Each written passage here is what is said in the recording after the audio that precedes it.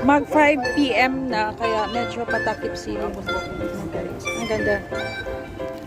It's been 2 years. Less than 2 years. Na last time nandito ako, so I'm here. Kasi alam mo, Bumalik guys. ay, kabahay nito si ano.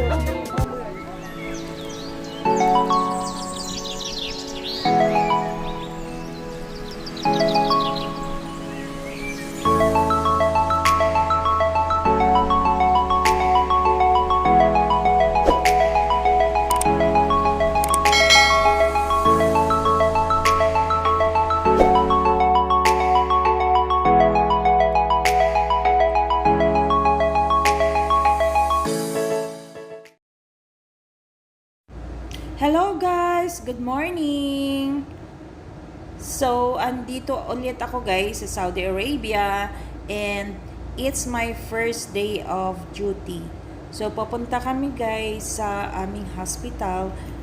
Ito po yung madadaanan namin papunta sa aming hospital guys. Medyo may sunstorm ngayong araw, kaya kung makikita nyo, medyo hazy or medyo hindi masyadong clear yung mga nasa paligid. So, samahan nyo ako guys sa aking journey, sa aking buhay. At sa lahat ng aking mga subscribers at mga members, I want to say thank you for always supporting me sa aking channel.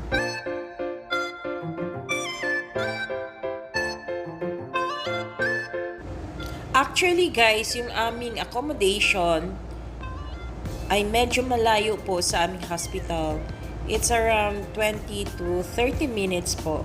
Depende pa po yon kung may traffic at kung walang traffic. So, well, back to reality na naman po ako guys, na from now on, yung makikita ko ay disyerto na naman at box-box na mga houses. Anyway, that's life guys, and I'm hoping na everything will be okay sa aking journey na to dito again sa Middle East.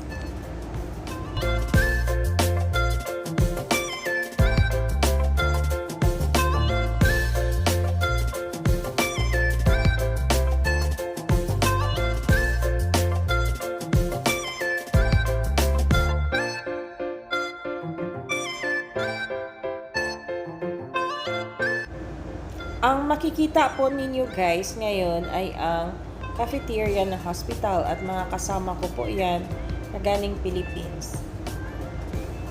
Yan, mga kasama ko po guys. So bumili kami dito sa cafeteria ng food.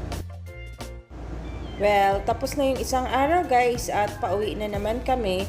Pero before that, ititreat muna kami ng aming kasama sa Starbucks. So we're on the way to the Red Sea kasi doon na Starbucks ang gusto niyang i-treat sa amin. I mean, doon yung location ng Starbucks where kung kailan niya kami i-treat. We are very grateful guys kasi tatlo sa mga kasama namin ay live out. So they have their own cars at saka tinutulungan po nila kami kung may mga kailangan kaming bilhin outside, free of charge na po. So, thank you so much talaga sa aming tatlong kasama. Especially sa kay Astril at saka kay Kat. Medyo malapit na po tayo guys sa Red Sea.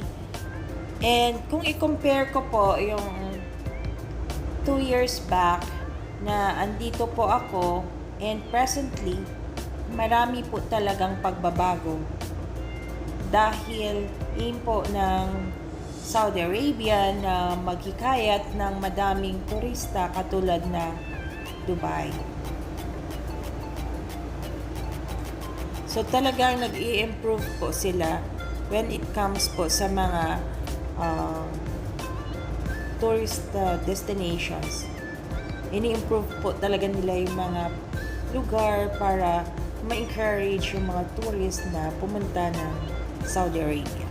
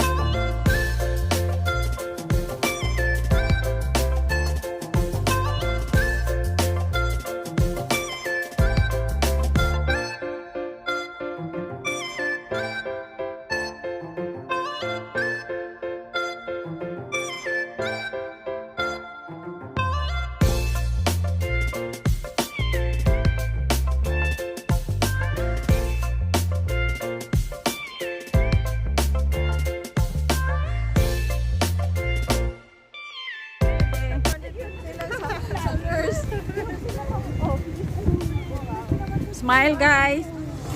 Welcome to my vlog! We're here in Corniche. It's our second day here in KSA at kung saan saan na kami napadpad. Kasi walang ganito ang ibang Kasi ang ganda ng aming mga kasama. Oh. Hello! Yeah. Diba? mga first time sa Jeddah. Welcome to Ah, Jeddah. welcome to Jeddah. Jeddah ulit. Red Sea. Ang Red Sea mo. Red Sea yung dagat pala.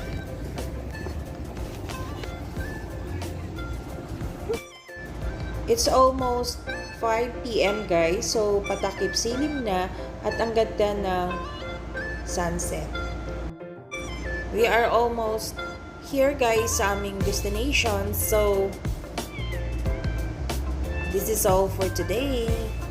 I hope you follow and subscribe on my channel. So I have to share some pics na nakuha namin today.